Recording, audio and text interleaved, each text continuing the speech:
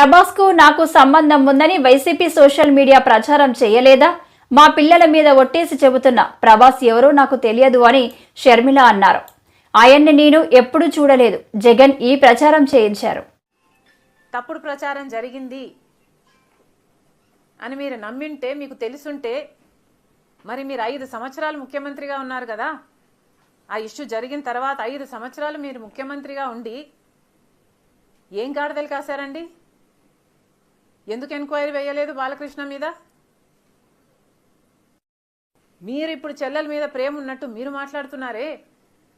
మీకు నిజంగానే చెల్లెల మీద ప్రేమ ఉంటే, ఏ ఇష్యూ అయితే బాలకృష్ణ బిల్డింగ్ నుంచి అప్పుడు జరిగిందో ప్రభాస్కు నాకు సంబంధం ఉంది అని, అదే ఇష్యూని గత 5 సంవత్సరాలలో మీ సైతాన్ సైన్యం మీ సోషల్ మీడియాలో మీరు వాడుకోలేదా? నేను ఏ రోజైతే కేసు పెట్టానో, ఇలా జరిగింది, నా మీద తప్పుడు ప్రచారం జరుగుతుంది అని ఏ రోజైతే కేసు పెట్టానో, ఆ రోజే నేను ప్రభాస్ అన్న వ్యక్తిని ఇంతవరకు చూడలేదు అని చెప్పాను. ఈ రోజుటికి కూడా నాకు ప్రభాస్ అంటే ఎవడో తెలియదు. ఈ రోజుటికి కూడా చెప్తున్నా. ఆ రోజు ప్రమాణం చేశాను నా బిడ్డల మీద నాకు సంబంధం లేదు ఆయనతో అని. ఈ రోజు మళ్ళీ చేయడానికి కూడా చెప్తున్నా నాకు సంబంధం లేదు ఆయనతో. నా బిడ్డల మీద ప్రమాణం చేసి చెప్తున్నా. జగన్మోహన్ రెడ్డి గారికి ఇవన్నీ తెలిసి కూడా నాకు క్యారెక్టర్ లేనట్టు, నాకు ఆయనతో సంబంధం ఉన్నట్టు గత 5 సంవత్సరాలలో మీ సైతాన్ సైన్యం చేత ప్రాపగండా చేయించలేదా? మీకా చెల్లెల మీద ప్రేమ ఉన్నది, సిగ్గుండాలి కదా.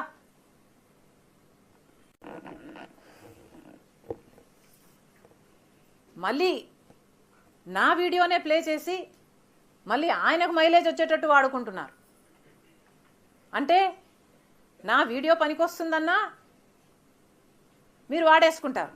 సో మీరు చెల్లెల్ని వాడేసుకుంటారు, మీరు తల్లి మీద కేసైనా పెడతారు, మీరు నాన్న పేరుని సిబిఐ ఛార్జ్ షీట్లో అయినా చేర్పిస్తారు. మీరు ఏమైనా చేయగలరు. మీకు మీరే సాటి సార్.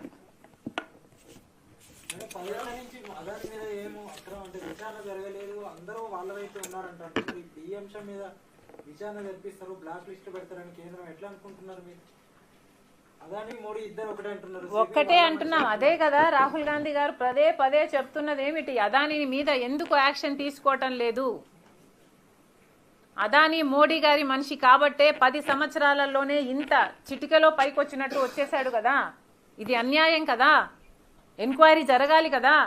మన ఏజెన్సీలు ఆయన అవినీతిని కనుక్కొని ఉండాల్సింది కదా. ఎక్కడో అమెరికాలో బయటపడ్డం ఏమిటి? వీళ్ళు గాడిదలు కాస్తున్నారా? గుడిగురాలకు వెంట్రుకలు వీక్తున్నారా? ఏం చేస్తున్నారండి? ఇప్పుడైనా మేల్కోండి.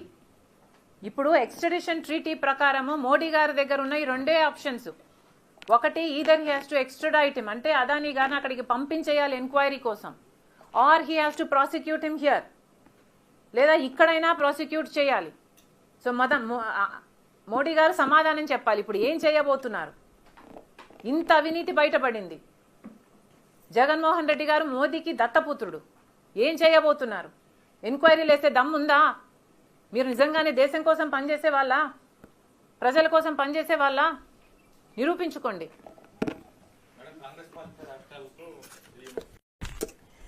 అమ్మా, అదాని 2100 కోట్లు అనుకుంటా. ఇప్పుడు కాంగ్రెస్ పార్టీ కనీసం 4 రాష్ట్రాలలో లేనే లేదు. రాజస్థాన్లో అయినా ఇంకో చోటైనా ఇదే సోలార్ పవర్ అగ్రిమెంట్లు అదాని కుదుర్చుకున్నాడు ఇంతకు ముందే. మీకు ఒక్క డీలులో వచ్చే లంచం కోసం ఆంధ్ర రాష్ట్ర ప్రజలను, డిస్కాంలను తాకట్టు పెట్టడానికి సిద్ధపడ్డారు. ఈరోజు జగన్మోహన్ రెడ్డి గారు అంతర్జాతీయ స్థాయిలో ఒక డిస్కషన్ జరుగుతుంది, ఇంత అవినీతి పరుడు అనే డిస్కషన్ జరుగుతుంది అంటే ఇది జగన్మోహన్ రెడ్డి గారి కుటుంబానికి మాత్రమే అవమానం కాదు, ఆంధ్ర రాష్ట్రానికి కూడా అవమానం, మన దేశానికి కూడా అవమానం. ఇంకెక్కడుంది క్రెడిబిలిటీ అని అడుగుతున్నాం. విశ్వసనీయత అని ఇంత చెప్తారే మీరు, మీకు ఎక్కడుంది క్రెడిబిలిటీ? ఎక్కడ మిగిలింది క్రెడిబిలిటీ? 5 సంవత్సరాలు ప్రజలు బంగారు అవకాశాన్ని ఇస్తే దాన్ని అన్ని రకాలుగా దుర్వినియోగం చేశారు. ఎక్కడుంది మీకు క్రెడిబిలిటీ?